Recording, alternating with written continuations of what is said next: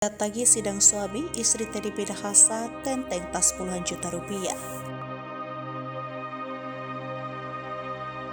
Berti Kushandayani, istri Irjen Teddy Minahasa, mendatangi persidangan suaminya yang terjerat kasus perdagangan narkoba. Persidangan digelar di Pengadilan Negeri Jakarta Barat Senin 6 Maret 2023. Merti menghadiri sidang tersebut dengan pakaian serba putih dari kepala hingga ujung kaki. Namun, bukan itu yang menjadi sorotan tajam warganet. Pasalnya, ketika Merti Kushandayani menghadiri persidangan, ia menutup wajahnya dengan sebuah tas berwarna hitam. Perlu diketahui, tas tersebut bukanlah tas sembarangan, merupakan tas merek kenamaan asal Prancis, Louis Vuitton. Tas tersebut berseri Louis Chan GM yang digunakan oleh Merti dijual seharga $2.280 Amerika Serikat. Jika dikonversikan dalam mata uang rupiah, maka harga tas tersebut mencapai 35 juta rupiah.